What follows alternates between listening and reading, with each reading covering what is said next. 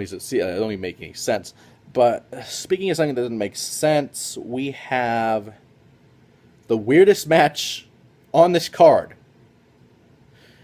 And it's Mr. Anderson versus Samuel Shaw.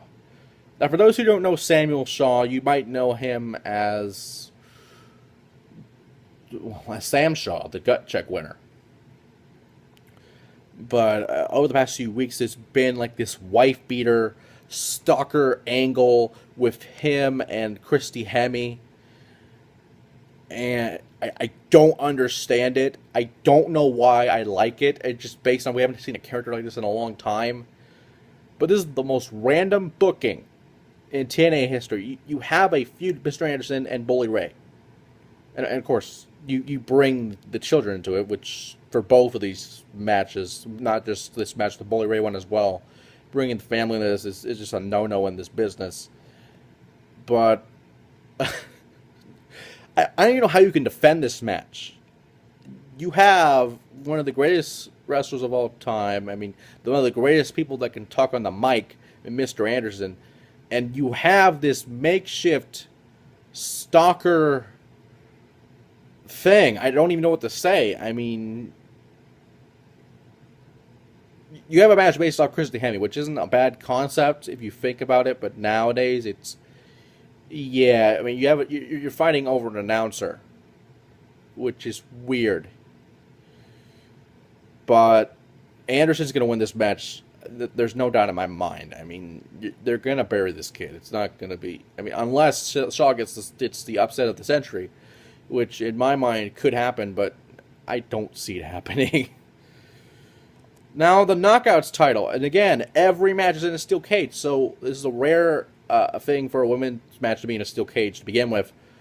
But the Madison Rayne versus Gail Kim. Madison Rayne returned a few weeks ago, actually maybe a month or two ago, and actually won the Knockouts title from Gail Kim as part of this open challenge business Gail Kim's been doing the last few weeks.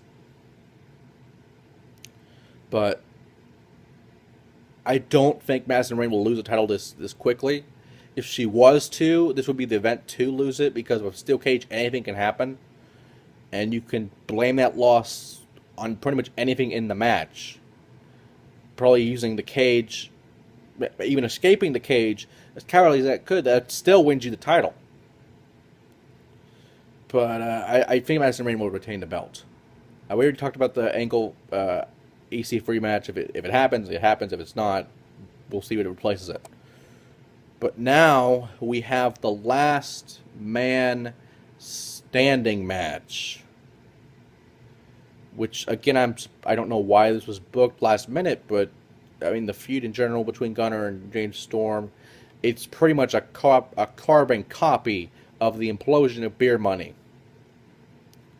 Except Gunner lost the chance to be world champion. He had the Feast or Fired case. He actually had, at that time, he had the tag case, which he gave to Storm, and the world title case, which he cashed in that night, and lost with a last call super kick from James Storm.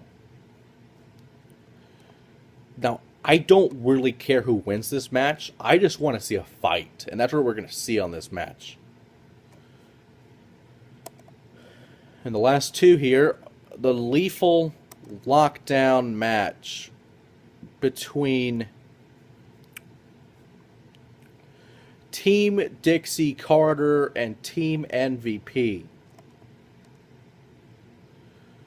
where I don't remember which team has the man advantage. I don't remember. But I don't think that really matters at this point, because anything can happen in this match. It's pretty much the closest we will get to War Games.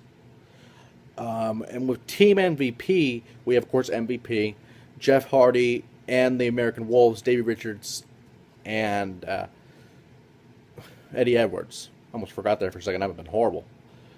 Versus Team Dixie, the team of Bobby Roode. Austin Aries is somehow in this match. And the Bromans. So, continuity, I guess, in the teams. But I don't really know what's going to happen in this. But we do know if Austin Aries, or as the team was, I assume Austin Aries was going to get 5% of the company, and Bobby Roode was going to get 10% of the company, so they'd have some share in there as well. If they, so pretty much they match for control of TNA. If MVP wins, though, or MVP's team wins, then this MVP would own TNA, or control the control of TNA would go on his side. I don't really know who would win this match, but just based on TNA's past booking, the investor angle will end very soon, and unfortunately, Team Dixie will win. Just based on the fact that they're not going to sell the company anytime soon. I mean, they had a thing with Billy Corgan, and they had a thing with fucking Keith something, some country dude, or Toby Keith. Yeah, it was Toby Keith. So honestly, there's the only surprising thing is Jeff Hardy's been bringing back his Will-O-the-Wisp character from the Omega days. Other than that, this match really isn't that special, which is unfortunate. But it just depends who has the main advantage. And finally, the world title's on the line when Madness defends against Samoa Joe, again in steel cage. All these matches are steel cage. But